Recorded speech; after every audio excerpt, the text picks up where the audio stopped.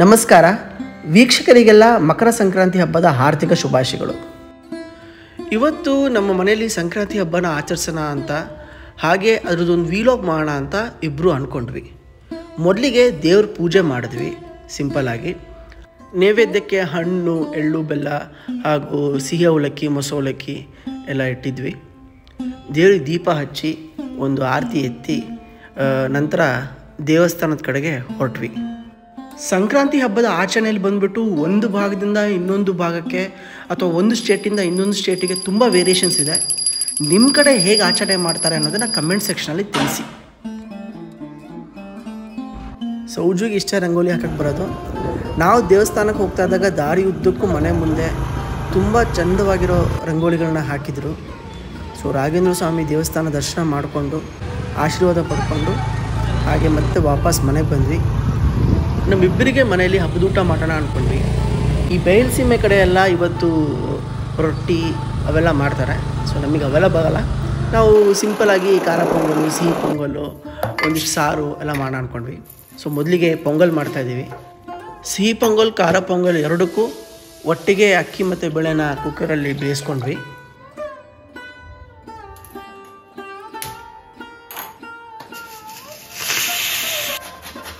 ಇವಾಗ ಒಣಕೊಬ್ಬರಿ ತುರಿತಿದ್ದಾಳೆ ಸಿಹಿ ಪೊಂಗಲಿಗೆ.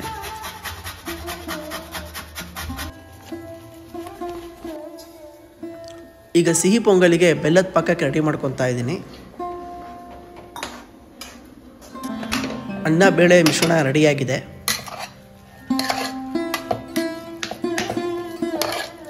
ತುಪ್ಪದಲ್ಲಿ ಸಿಹಿ ಪೊಂಗಲಿಗೆ ಗೋಡಂಬಿ ಮತ್ತು ದ್ರಾಕ್ಷಿನ ಫ್ರೈ ಮಾಡ್ಕೊತಾ ಇದ್ದೀನಿ. ನಂತರ ಬಾಣಲಿಗೆ ಆ ಅನ್ನ ಬೇಳೆ ಮಿಶ್ರಣ ಹಾಕ್ಕೊಂಡು ಚೆನ್ನಾಗಿ ಕುದಿಸ್ಬೇಕು. ಸ್ವಲ್ಪ ಹೊತ್ತು ಆದಮೇಲೆ ಅದಕ್ಕೆ ಆ ಗೋಡಂಬಿ ಮತ್ತು ದ್ರಾಕ್ಷಿ ಫ್ರೈನ ಹಾಕಿ ಒಣ ಕೊಬ್ಬರಿ ಹಾಕಿ ತಿರುಗಿಸಿದ್ರೆ ನಮ್ಮ ಸಿಹಿ ಪೊಂಗಲ್ ರೆಡಿ. ಶುಂಠಿ ಖಾರ ಪೊಂಗಲಿಗೆ. ನಂತರ ತುಪ್ಪದಲ್ಲಿ ಜೀರಿಗೆ, ಕಾಳುಮೆಣಸು, ಕರಿಬೇವು ಹಾಗೂ ಹಸಿಮೆಣಸು, ಶುಂಠಿ ಇವನ್ನೆಲ್ಲ ಫ್ರೈ ಮಾಡಿಕೊಂಡು ಅದನ್ನು ನಮ್ಮ ಮಿಶ್ರಣಕ್ಕೆ ಹಾಕ್ತೀವಿ. ರುಚಿಗೆ ತಕ್ಕಷ್ಟು ಉಪ್ಪು ಹಾಗೂ ನಮಗೆ ಸ್ವಲ್ಪ ಖಾರ ಬೇಕು ಅಂತ ಪೆಪ್ಪರ್ ಪೌಡರ್ ಹಾಕಿ ಚೆನ್ನಾಗಿ ಕಳಿಸಿದ್ದೀವಿ. ಸೊ ಖಾರ ಪೊಂಗಲ್ ರೆಡಿ. ನೆಕ್ಸ್ಟ್ ಈಗ ಕೋಸಂಬರಿ ಮಾಡ್ತಾಯಿದ್ದೀವಿ. ಈ ಸತಿ ಸ್ವಲ್ಪ ಡಿಫ್ರೆಂಟಾಗಿರಲಿ ಅಂತ ಕಾಂಗ್ರೆಸ್ ಕಡಲೆ ಬೀಜ ಕೋಸಂಬರಿ ಮಾಡ್ತಾಯಿದ್ದೀವಿ. ಅದಕ್ಕೆ ತೆಂಗಿನಕಾಯಿ, ಕ್ಯಾರೆಟು ಹಾಕ್ಕೊಂಡು ನಂತರ ಒಂದು ಒಳ್ಳೆ ಒಗ್ಗರಣೆ ಕೊಟ್ಟು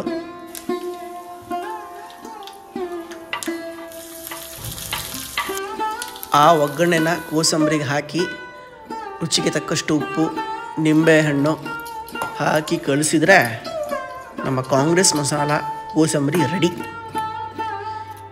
ಇವಾಗ ಕ್ಯಾರೆಟು ಮತ್ತು ಬೀನ್ಸು ಪಲ್ಯಕ್ಕೆ ರೆಡಿ ಮಾಡ್ಕೊತಾ ಇದ್ದೀವಿ.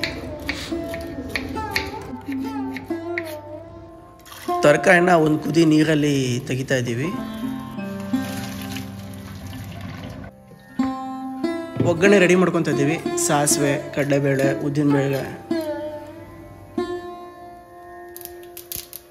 ಕರಿಬೇವು, ಒಂದಿಷ್ಟು ಹಸಿಮೆಣಸು, ಆಮೇಲೆ ತರಕಾರಿ ಹಾಕ್ಕೊಂಡು ಸ್ವಲ್ಪ ಫ್ರೈ ಮಾಡಿ ನಂತರ ಅದಕ್ಕೆ ಉಪ್ಪು, ತೆಂಗಿನಕಾಯಿ ಹಾಕಿ ಸ್ವಲ್ಪ ಫ್ರೈ ಮಾಡಿಕೊಂಡ್ರೆ ನಮ್ಮ ಪಲ್ಯ ರೆಡಿ. ನೆಕ್ಸ್ಟು ಟೊಮೊಟೊ ಸಾರು. ಟೊಮೊಟೊ ಕೊಯ್ಕೊತಾ ಇದ್ದೀವಿ. ಬೇಳೆ ಮತ್ತು ಅನ್ನ ಎರಡೂ ಒಟ್ಟಿಗೆ ಕುಕ್ಕರಲ್ಲಿ ಬೇಯಿಸ್ಕೊಂಡ್ಬಿಡ್ತೀವಿ ಫಸ್ಟು.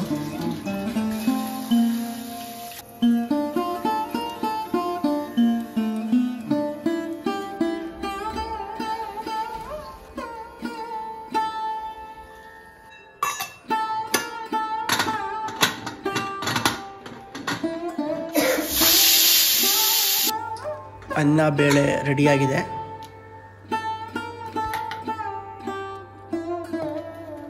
ಬೇಳೆನ ಸ್ವಲ್ಪ ಮ್ಯಾಶ್ ಮಾಡಿಕೊಂಡು ನಂತರ ಹುಣಸೆ ಹಣ್ಣನ್ನ ಕಿವುಚ್ಕೊಂಡು ಒಗ್ಗರಣೆ ಮತ್ತೆ ಹಾಕಿ ಒಗ್ಗರಣೆಗೆ ಅದೇ ಮಾಮೂಲಿ ಇಂಗ್ರೀಡಿಯೆಂಟ್ಸು ಜೊತೆಗೆ ಸ್ವಲ್ಪ ಇಂಗು ಸಾರಿಗೆ, ಆಮೇಲೆ ಕರಿಬೇವು ಹಾಕಿ ನೆಕ್ಸ್ಟು ಹುಣಸೆ ಹಣ್ಣು, ಟೊಮೆಟೊ ಮತ್ತು ನಮ್ಮ ಏನು ಬೇಳೆ ಇದೆ ಅವನ್ನೆಲ್ಲ ಹಾಕಿ ಕುದಿಸ್ತೀವಿ. ರುಚಿ ತಕ್ಕಷ್ಟು ಉಪ್ಪು. ಇದು ನಮ್ಮಪ್ಪ ಮಾಡಿಕೊಟ್ಟಿರೋ ಸಾರಿನ ಪುಡಿ. ಸೊ ನಮ್ಮನೆ ಸಾರಿನ ಸೀಕ್ರೆಟು ಅದೇ.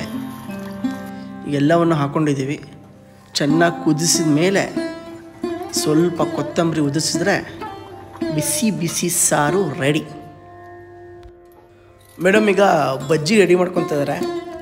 ಒಂದು ಬಜ್ಜಿ ಮಾಡೋ ಅಂದರೆ ಆಲೂಗಡ್ಡೆ ಬಜ್ಜಿನೂ ಬೇಕು, ಕ್ಯಾಪ್ಸಿಕಮ್ ಬಜ್ಜಿನೂ ಬೇಕು ಅಂತ ಅದಕ್ಕೆ ತರಕಾರಿನ ಕಟ್ ಮಾಡ್ಕೊತಿದ್ದಾರೆ.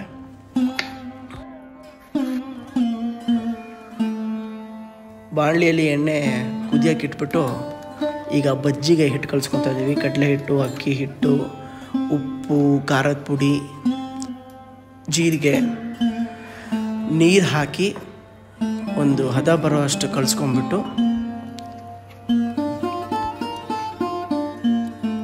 ಬಾಣಲೆಗೆ ಬಿಟ್ಟರೆ ಬಿಸಿ ಬಿಸಿ ಬಜ್ಜಿ ರೆಡಿ.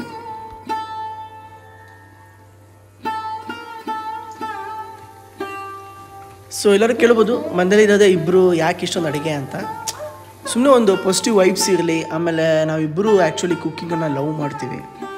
ಸೊ ಇತ್ತೀಚೆಗೆ ಸ್ವಲ್ಪ ಹೊರಗಡೆ ತಿನ್ನೋದು ಕಮ್ಮಿ ಮಾಡಬೇಕು ಅಂತೆಲ್ಲ ಒಂದು ಶಪಥ ಮಾಡ್ಕೊಂಡಿದ್ದೀವಿ. ಎಷ್ಟು ಜನ ಇರುತ್ತೋ ಗೊತ್ತಿಲ್ಲ. ಸೊ ಹಾಗಾಗಿ ಮನೆಯಲ್ಲೇ ಅಡುಗೆ ಮಾಡೋಕ್ಕೆ ನಾವು ಡಿಸೈಡ್ ಮಾಡಿದ್ವಿ. ಫೈನಲ್ ಆಗಿ ಇಷ್ಟು ಐಟಮ್ಸ್ ರೆಡಿ ಆಯಿತು. ಬಜ್ಜಿ, ಸಿಹಿ ಪೊಂಗಲ್, ಖಾರ ಪೊಂಗಲ್, ಆಮೇಲೆ ಸಾರು, ಅನ್ನ, ಪಲ್ಯ, ಕ್ಯಾಪ್ಸಿಕಮ್, ಆಲೂಗಡ್ಡೆ ಬಜ್ಜಿ, ಪ್ರಸಾದ. ಕೊನೆಯದಾಗಿ ಈ ಹಬ್ಬ ನಿಮಗೆ ಸುಖ ಸಂತೋಷ ಎಲ್ಲ ಕೊಡಲಿ ಅಂತ ಕೇಳಿಕೊಂಡು ಈ ವಿಡಿಯೋ ನಿಮಗಿಷ್ಟ ಆದರೆ ದಯವಿಟ್ಟು ನಮ್ಮ ಚಾನಲ್ಗೆ ಸಬ್ಸ್ಕ್ರೈಬ್ ಆಗಿ, ಈ ವಿಡಿಯೋಗೆ ಲೈಕ್ ಮಾಡಿ, ಕಮೆಂಟ್ ಮಾಡಿ. ಹಾಗೆ ಒಂದ್ಸತಿ ಫ್ರೀ ಆದಾಗ ನಮ್ಮ ಮನೆ ಊಟಕ್ಕೂ ಬನ್ನಿ. ಮತ್ತೆ ಸಿಗೋಣ. ಬಾಯ್.